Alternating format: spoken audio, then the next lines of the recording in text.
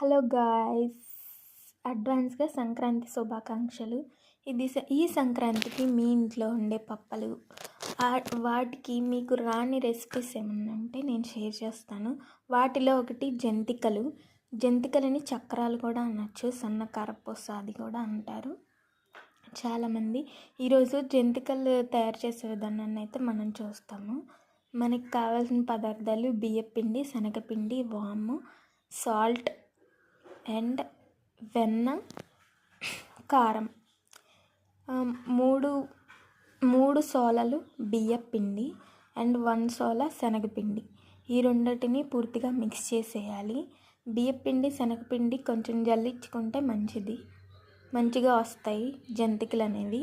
ఇంకా ఆ బియ్యపిండిలో వాము, సాల్ట్, బటర్, ఇంకా 1 టేబుల్ స్పూన్ కారం, మీకు తగినంత వేసుకోండి, ఉప్పు. ఇవన్నీ ప్రాపర్గా మిక్స్ చేసేసి దాన్ని మనం చపాతీ పిండిలా కలుపుకోవాలి. వాటర్ పోసుకుని యాజ్ ఇట్ ఈస్ చపాతీ పిండిలా కలుపుకుంటే మంచిగా వస్తుంది, మంచిగా ముద్దలాగా అయిపోతుంది.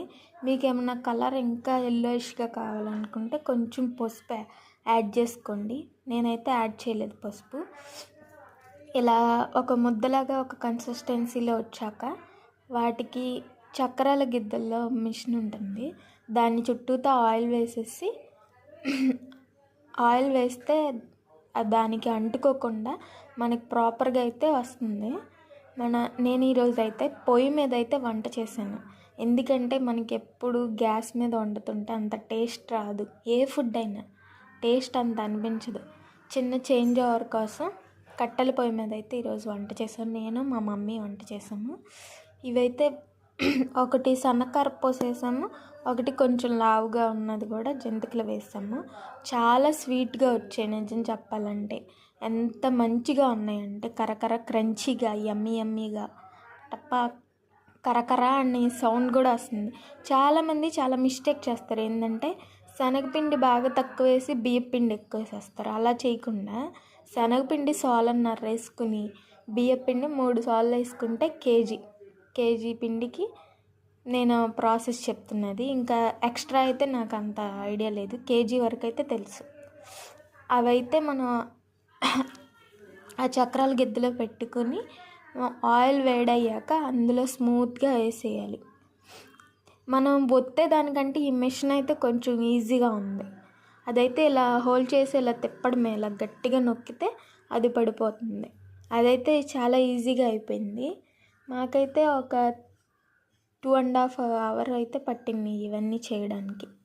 ఇంకా కట్టెల పొయ్యి మీద కాబట్టి ఇంకా తొందరగా అయింది. గ్యాస్ అయితే అంత తొందరగా అయ్యేది కాదు. ఇదైతే మంట ఎక్కువ ఉండటం వల్ల తొందరగా అయిపోయినాయి.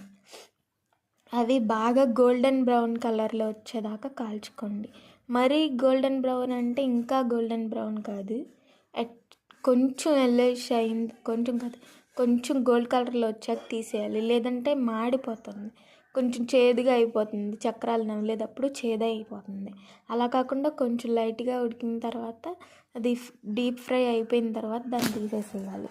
చాలా యమ్మీగా క్రంచీగా, మనకి మురుగులు అని కూడా అంటారు వీటిని టీలో వేసుకుని తింటే చాలా బాగుండిద్ది. ఇంకా చాలా స్నాక్స్లో అసలు మనకి సంక్రాంతికి లేకపోతే అస్సలు బాగోదు. అరిసెలు, బూరెలు అవన్నీ బాగానే ఉంటుంది స్వీట్ ఇష్టపడే ఇంకేదో ఎవరన్నా స్వీట్ తినని వాళ్ళకి ఈ క్రంచీగా ఎంతో యమ్మీగా ఉంటాయి. మావైతే అస్సలు గట్టిగా రాలేదు, ఇలా స్మూత్గా వచ్చినాయి, మంచిగా ఉన్నాయి, క్రంచీగా ఎలా విరిపినట్టు ఉన్నాయి.